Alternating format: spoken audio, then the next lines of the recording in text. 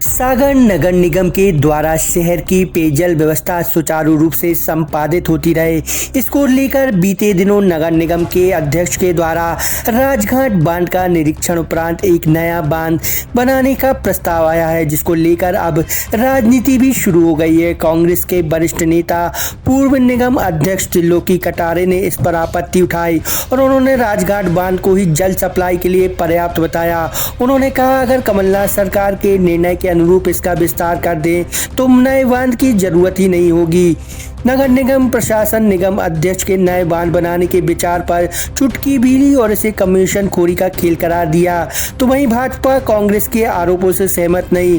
प्रवक्ता प्रदीप राजौरिया का मानना है कि हर बांध की एक निश्चित अवधि होती है, उसके विकल्प के रूप में भविष्य की जरूरत के लिहाज से अगर नया बांध बनाने का निर्णय लिया जा रहा तो स्वागत योग्य है। उन्होंने अपनी शैली में विपक्षी दल कांग्रेस के इस मुद्दे पर आपत्ति लेने पर भी निशाना साधा और कहा कि जिन्होंने कभी शहर के बारे में कुछ नहीं सोचा, उनको विकास की दृष्टि से लिए गए फैसले बच नहीं रहे, इसलिए वह रोड़ा बन रहे हैं, जो किसी भी सूरत में उचित नहीं।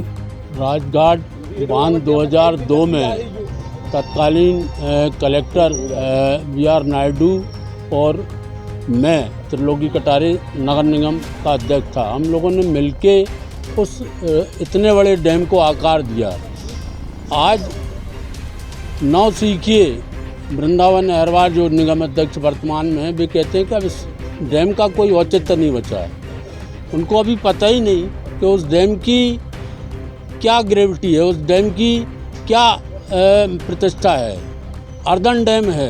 अर्दन डैम हम बोल के चुप हो जाएं तो हमारे ख्याल से निगम में आज के समय में जितने भी पार्षद हैं और निगम अध्यक्ष और महापौर, उनको पता नहीं है कि अर्दन डैम क्या कहलाता है।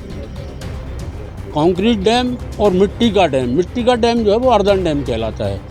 अर्दन डैम जो है 2002 में चालू हुआ, उसकी 1000 वर्ष लाइफ है यदि उसका मेंटेनेंस तरीके से किया जाए। और जब तक वी.आर. नायडू साहब रहे 20 साल 18 साल एरन साहब ने उनको पूरा ज्ञान दिया था, पूरा उनको धसान चंबल कैन के चीफ अभियंता थे, उनने पूरा उसका 18 साल तक आके उसका जो कटाव नीचे होता था उसको रोकने के लिए कैसे उसकी ग्राउंडिंग करना है, कैसे उसको ठीक रखना है, और आज तक उस डैम को लगभग उनने मॉनिटरिंग किया है। अब ये लोग उसकी मॉनिटरिंग कर रहे हैं। और नायडू साहब अब मेरे समय में उस डैम को जब बनाया गया था तो उसमें कॉलर फिट है, केवल हाइड्रोलिक गेट भर उसमें लगना है। और तो कमलनाथ सरकार ने भी कहा था, उनने कमलनाथ सरकार ने उनको पता था कि क्या होना है, उनने उस पर बहुत कृपा की है। दिग्विजय सिंह जी ने उस डैम को बनवाया है, पर उनने कभी श्रेय नहीं लूटा दिग्विजय सिंह ने कि हमने इतना बड़ा डैम इस सागर जिले को और सागर शहर को दिया।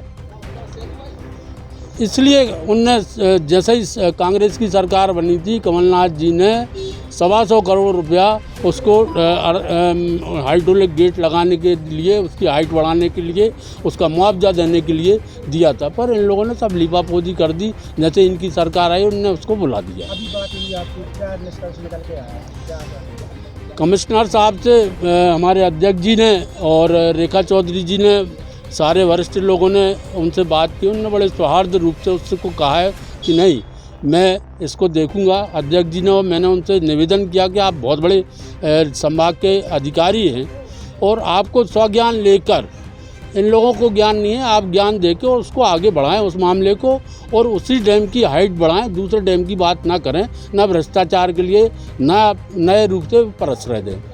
मुद्दा इन दिनों बहुत चर्चाओं में है। विपक्ष के नाते कांग्रेस इस पर सवाल खड़े कर रही है कि जो राजघाट को लेके स्थिति है, उसकी अपेक्षा नगर सरकार एक नया डैम की अपेक्षा कर रही है, एक नया डैम की परिकल्पना की जाए।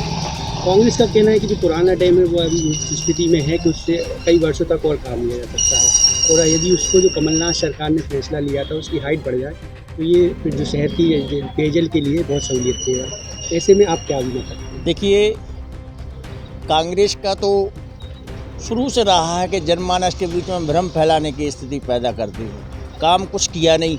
आज सागर का जो विकास आपको दिखाई दे रहा है वो भारतीय जनता पार्टी की देन है, और जो नगर निगम प्रस्ताव लेके आ रही नए डैम का, तो वो भारतीय जनता पार्टी भविष्य के सागर में जो पॉपुलेशन रहने वाली है उसको लेके यदि नए डैम का प्रोजेक्ट आ रहा है उसमें बुराई क्या है। जितना खर्च अपना राजघाट की डिसाल्टिंग निकालने के लिए लगेगा, यदि उसके समकक्ष नया डैम बनता है तो ये सागर के लोगों के लिए सौभाग्य का विषय है। और सागर भविष्य का सागर 2030 2040 में सागर की पॉपुलेशन क्या रहेगी उसको ध्यान में रखते हुए यदि नया डैम की कार्य योजना बना रही तो उसका स्वागत है।